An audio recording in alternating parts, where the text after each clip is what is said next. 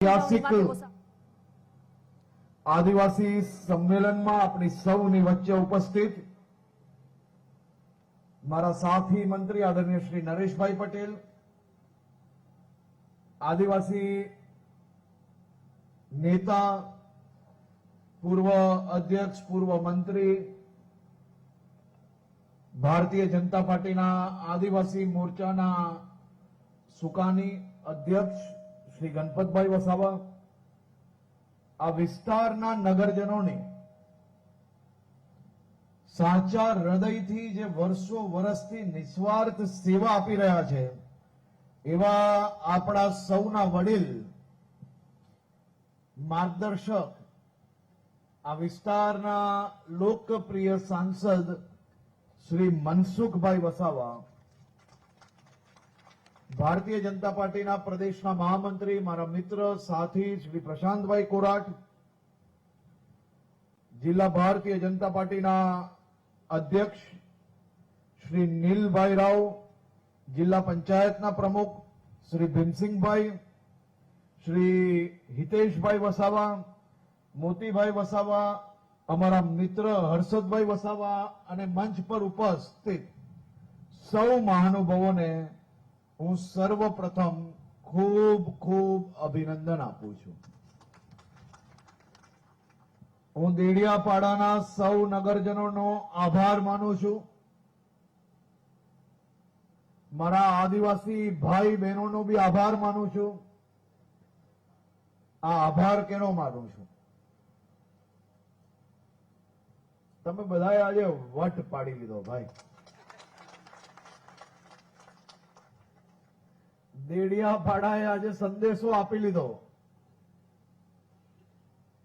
देडियापाड़ाना गामे गामथी आ मोटी संख्या में उपस्थित सरपंचोने भी हूँ वंदन करू छू के तमे देडियापाड़ाने आजाद करवानो संकल्प जे लीधो छे ए देवमोगरा माताना चरणों आज वंदन करीने मनोकामनाओं मांगीने तमारो संकल्प पूरो करवानो संकल्प आज भारतीय जनता पार्टी नेतृत्व ने तमे सौए साथे मळीने लीधो छे, तेना भी हूँ तमने अभिनंदन आपू छूं। तमे आदिवासीओना पोयरारा भगवान बिरसा मुंडाना तमे सौ पोयरारा यहाँ मोगीने पूजनारा तमे सौ आदिवासी रे, तमने सौने हूँ वंदन करवा आव्यो छुं।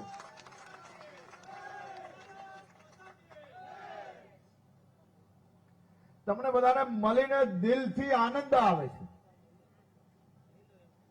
तमारी देशभक्ति जोईने खरेखर सलामी आपवानुं मन थाय छे। जमवानो भोजननो तमारो समय थयो छे। हूँ बहु वधु नहीं कहीश। मनसुखभाई शुरुआत करी, हजी मनसुखभाई तो आखी पीछे बेटिंग करे छे। आज थोड़ो ताप चाले है भाई। हजी धीरे धीरे जो तमे अर्धी पीछे आवीने बेटिंग करशे ने सिक्सर एवी हशे के ग्राउंड नी बार बॉल जशे।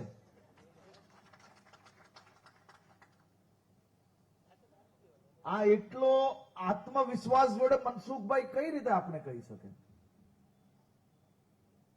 मारी उम्र ने मारी पछीनी उम्रना नौजवानों ने एनो अंदाजो ज नथी भाई। आ मनसुखभाई अने अहींया बेठेला आपड़ा नर्मदा जिल्लाना आगेवानोए तमारी ने मारी उम्र जेटला वर्षोथी तो आ विस्तारनी सेवा करी रह्या छे, एमणे तप कर्यो छे आ विस्तारनी सेवा करवा माटे।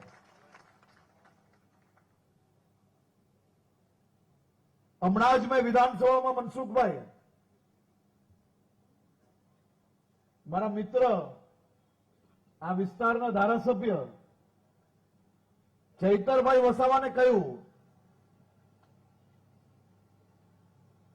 मारा जवाब चालता था परम दिवसे, त्यारे मैं एमने कह्युं કે ભાઈ ચૈતરભાઈ,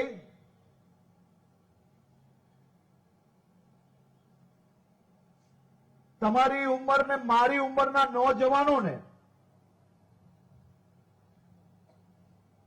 આજે સમાજના ભાગલા કરતા સમાજને મુખ્ય ધારામાં જોડવાનો જો પ્રયાસ કરશો ને તો જ સાચા હકમાં સમાજને ન્યાય અપાવી શકશો. મીડિયા, સોશિયલ મીડિયામાં આરોપ પ્રત્યારોપ, સમાજને ભડકાવવા, યુવાનોને ગેરમાર્ગે દોરવા, એ રાજનીતિમાં મત જરૂરથી અપાવી લેશે, પરંતુ સમાજ જે દિવસે ઓળખશે, સમાજને જે દિવસે ખબર પડશે કે આ તો માત્ર ને માત્ર મત બેંક માટે સમાજને બીજા સમાજોથી દૂર રાખવાનો પ્રયત્ન કરવામાં આવ્યો, ત્યારે સમાજ કોઈને છોડશે નહીં. મેં મારા મિત્રને કહ્યું કે જો સાચી હકીકત જાણવી હોય તો સમાજના 70 વર્ષ ઉપરના વડીલોને જઈને મળો. મેં એમને કહ્યું કે તમારી સાથી પાર્ટીની કોંગ્રેસની સરકારે ગુજરાતના આદિવાસીઓ જોડે કેટલો અન્યાય કર્યો છે તે જાણવું હોય તો આજના 25 વર્ષની કે મારી ઉંમરના નોજવાનોને એનો અંદાજો ના જ હોય, કારણ કે આપણા સૌ લોકોનો જન્મ કે આપણે જ્યારથી સમજતા થયા ત્યારથી ગુજરાતમાં મોદી સાહેબનું ભારતીય જનતા પાર્ટીનો સુવર્ણ કાળ ચાલી રહ્યો હતો, આપણા ગુજરાતની જનતાનો સુવર્ણ કાળ ચાલી રહ્યો હતો. એટલે 25-30 વર્ષના યુવાનોને એનો અંદાજો ના હોય. આજે તમને જે રોડ પર એક ખાડો દેખાય છે ને, એ આ જ વિચારધારાની સરકાર જ્યારે હતી ત્યારે રોડ પર ખાડાઓ સિવાય બીજું કંઈ નહોતું. ખાડાઓમાં રોડ હતો કે રોડમાં ખાડા, કારણ કે આદિવાસી વિસ્તારના ગામડાઓને તો રોડથી ક્યારેય જોડવાનો પ્રયાસ જ કરવામાં નતો આવ્યો. અહીંયા કેટલા વડીલો એવા બેઠા જે 50 વર્ષ ઉપરની ઉંમરના હોય. શું પરિસ્થિતિ હતી ત્યારે? જરા જોરથી બોલો, આમ કરો એનાથી ના ખબર પડે. ક્યારેય રોડ જોયેલા કોંગ્રેસના શાસનમાં? લાઈટ આવતી હતી? હે? જોરથી બોલો, આ બેવ બાજુ નહીં આવતી હતી લાઈટ. તો હવે જે અમારા મિત્ર આજકાલ જે મસીહા બન્યા છે એ ક્યારેક આવે તો એમને કહેજો કે ભાઈ તો આ 25 વર્ષના નોજવાનોને જેને ભૂતકાળનું શાસન જ નથી જોયું, તેને 2-5% મતની લાલચમાં તું ક્યાં એમને ગેરમાર્ગે દોરે છે? સમાજને વિકાસની દિશામાં અમે આગળ લઈ જવાનો પ્રયત્ન કરીએ ત્યારે સમાજને શાસન જોડે કે મુખ્ય ધારાથી દૂર કરવો, એનું નુકસાન અગર કોઈને થશે ને તો એ માત્ર ને માત્ર સમાજને થશે. આઝાદીના વર્ષ વીતી ગયા. આઝાદીના લડવૈયાઓએ એક સપનું જોયેલું. એ સપનું શું હતું? એ સપનું હતું કે અંગ્રેજોના રાજમાંથી આઝાદી મળે, આપણી દેશ પોતે આપણે નક્કી કરેલા નેતાઓ શાસન ચલાવે અને એ શાસન આપણા દેશના ગરીબ, આદિવાસી, દલિત સમાજ, આ બધા જ લોકોને સાથે લઈને એમનો વિકાસ કરે. આઝાદીના વર્ષો સુધી મારા ગુજરાતના આદિવાસી સમાજના સૌ નોજવાન ભાઈ બહેનો વડીલો એ રાહ જોઈ રહ્યા હતા.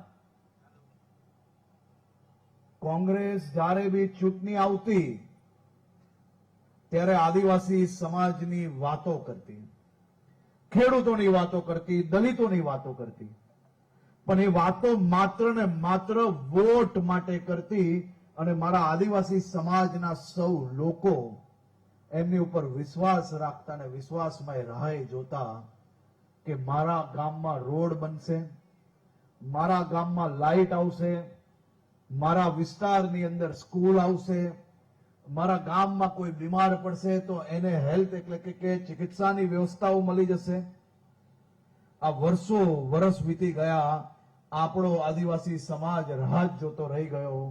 આદિવાસી સમાજમાં જાગૃતિ આવી. આપ સૌ લોકોએ ગુજરાતના નાગરિકો જોડે મળીને ભારતીય જનતા પાર્ટીની સરકાર લાવી. નરેન્દ્રભાઈ મોદી શાસનમાં આવ્યા. તમે મને કહો, આજે વડીલો બેઠા છે કે નરેન્દ્રભાઈ મોદી શાસનમાં આવ્યા પછી આદિવાસી સમાજનો વિકાસ થયો કે ના થયો? જરાક જોરથી બોલો ભાઈઓ. મજબૂત વિકાસ થયો કે નહીં થયો? ગામમાં રોડો આવ્યા કે ના આવ્યા? લાઇટ આવી કે ના આવી? સ્કૂલો નવી બની કે ના બની? આસપાસના વિસ્તારોમાં આશ્રમ શાળાઓ મોટી સારી થઈ કે ના થઈ? અને હવે તો નરેશભાઈ અને ગણપતભાઈ અને અમારા મનસુખભાઈ ને બધા આદિવાસી નેતાઓ પાછળ પડીને આ વર્ષે તો બજેટમાં ભૂક્કા બોલાવી નાખ્યા છે ભાઈ. ચારેય દિશાઓમાં આદિવાસી સમાજ, દલિત સમાજ, ઓબીસી, ગરીબો માટે જે પ્રકારે ભૂપેન્દ્રભાઈ પટેલની સરકાર દ્વારા નવા આયામો શેર કરવામાં આવ્યા, એક પછી એક ખાતમુહૂર્ત થયા, લોકાર્પણ થયા અને આવનારા વર્ષોમાં તો આનથી બી મજબૂત. આ દેડિયાપાડાના યુવાનોને હું પૂછવા માંગુ છું કે તમે દેડિયાપાડાની લાઇબ્રેરીમાં ગયા કે નહીં? કોઈ કેટલા લોકોએ લાઇબ્રેરી જોઈ છે? વાહ. તમારા મિત્ર ક્યારેક આવે તો કહેજો કે ચાલો આપણે લાઇબ્રેરી જઈને જોઈએ કે ભારતીય જનતા પાર્ટી ભૂપેન્દ્રભાઈ પટેલની સરકાર કેવું કામ કરે છે. અને આજે હું તમને સૌને એક ભેટ આપવા આવ્યો છું કે આ નવા બજેટમાં આજે હું આવતા સાંભળતો હતો આ ક્ષેત્રમાં ગીતો ચાલે છે કે 3G, પેલું શું કે છે 3G ના ચાલે, 4G ના ચાલે, ચાલે ભાજપ જ ચાલે એમ. પણ એમને હું કહેવા માંગુ છું કે આ વર્ષે બજેટમાં અમે આદિવાસી વિસ્તારોમાં બીજા નવા ટાવરો ઉભા કરવાનો નિર્ણય લીધો છે. એટલે તમારા વિસ્તારમાં ઘણા એરિયા એવા છે કે જ્યાં નાના નાના ગામડાઓમાં 25, 50, 100 ઘર વસતા હશે, ત્યાં 3G ને 4G ચાલે ને ભાઈ, એવું લાવવાના છે. એટલે હવે નવું ગીત બનવાનું છે કે આપણા વિસ્તારમાં 3G બી ચાલે, 4G બી ચાલે ને ભાજપ જ ચાલે. અમારે જિલ્લા પ્રમુખ નીલભાઈ અને એમની આખી ટીમ, જિલ્લા પંચાયતના પ્રમુખ અને આપણા મનસુખ દાદા, આ બધા આવે ને એટલે એમ કે આયા હું તો કુછ લેકે જાઉંગા. અને આવ્યા તો શું લઈને જાય? તમારા લોકો માટે વિવિધ વ્યવસ્થાઓ નવી લઈને જાય. એ પ્રકારની મજબૂત ટીમ અહીંયા ભારતીય જનતા પાર્ટીની ટીમ છે.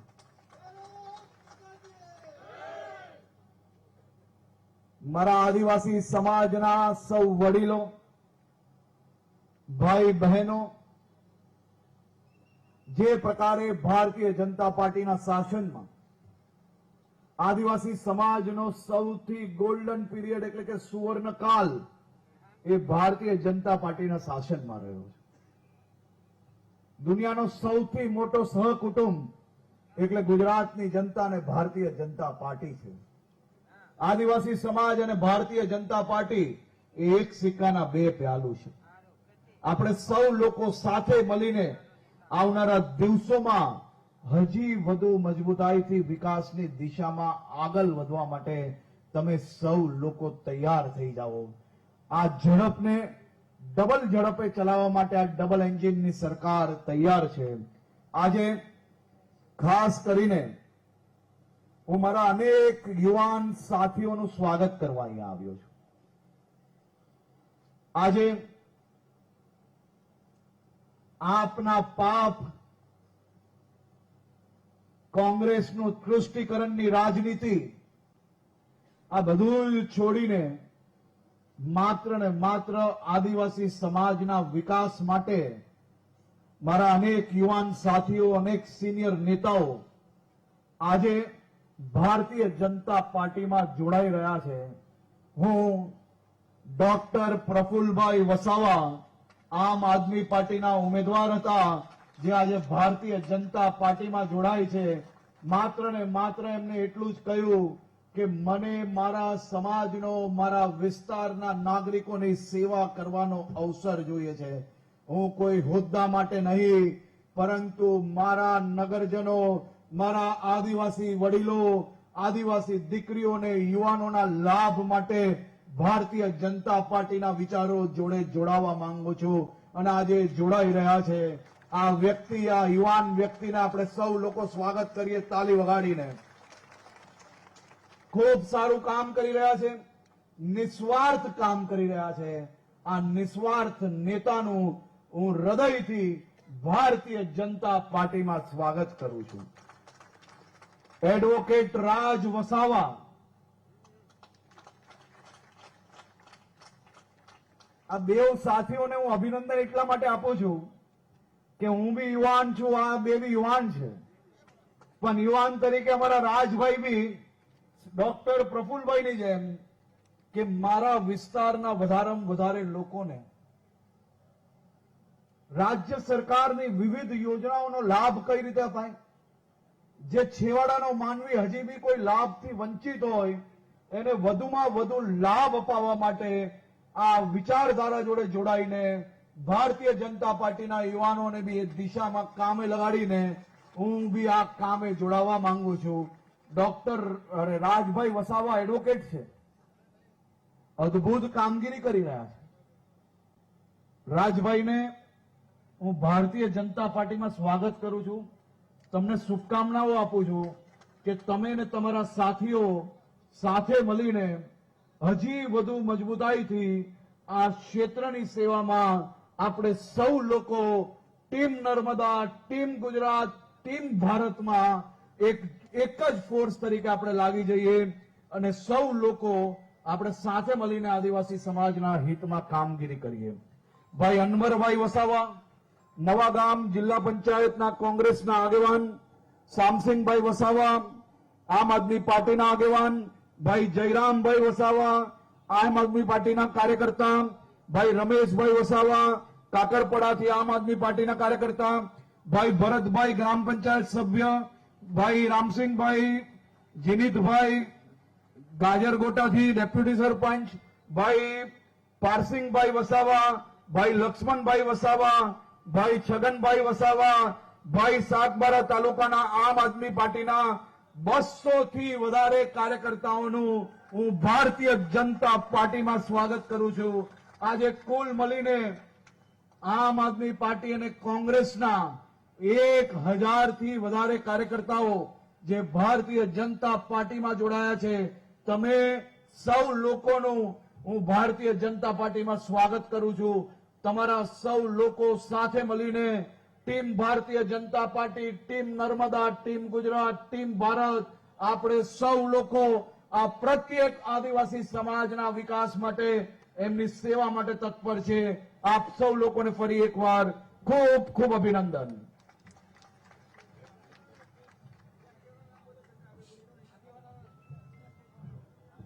જે કોઈ આગેવાનોના નામ આવડે બોલાવવામાં આવ્યા છે તે બધા મંચ ઉપર આવી જાય. જે પણ ભારતીય જનતા પાર્ટીના અંદર જોડાવા માટે પ્રફુલ્લભાઈની વિનંતી કરું, તેઓ પણ કેસ ધારણ કરે.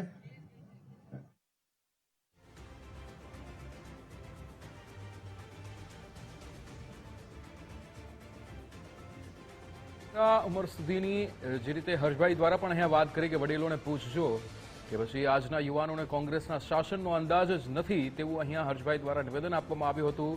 ગણપત વસાવાનું અભિવાદન પણ આદિજાતિ મોરચાના પ્રમુખનું કરવામાં આવ્યું. ત્યારે અહીંયા નિવેદન આપવામાં આવ્યું હતું કે કોંગ્રેસની સરકાર વખતે રસ્તા પણ અહીંયા ખાડાઓ હતા તેવી વાત હર્ષભાઈ દ્વારા કરવામાં આવી હતી. આ સંબોધન જ્યારે હર્ષભાઈએ કહ્યું ત્યારે રસ્તા પર ખાડા છે કે ખાડામાં રસ્તો છે તે ખબર પણ નહોતી પડતી તેવી પરિસ્થિતિ વિશે પણ અહીંયા હર્ષભાઈ સંઘવી દ્વારા વાત કરવામાં આવી હતી. કોંગ્રેસના સમયમાં આદિવાસી વિસ્તારોની હાલત કફોડી બની હતી તેવી પણ વાત હર્ષભાઈ સંઘવીએ કરી હતી. મત બેંક માટે યુવાનોને ગેરમાર્ગે દોરવામાં આવતા હતા તેવી પરિસ્થિતિ વિશે અહીંયા હર્ષભાઈ સંઘવી દ્વારા વાત કરવામાં આવી. આદિવાસી સમાજનું ભલું થયું જ્યારે નરેન્દ્રભાઈ મોદીની સરકાર આવી. કોંગ્રેસ, દલિત અને આદિવાસીઓની વાત વોટ બેંકો માટે કરવામાં આવતી હતી તેવી પણ અહીંયા વાત હર્ષભાઈ સંઘવીએ કરી હતી. મોટી સંખ્યામાં આ સમુદાયના લોકો, આદિવાસી સમુદાયના લોકો આ અભિવાદન કાર્યક્રમમાં જોડાયા હતા, જ્યાં મોદીજીના શાસન દરમિયાન જે પરિસ્થિતિ અહીંયા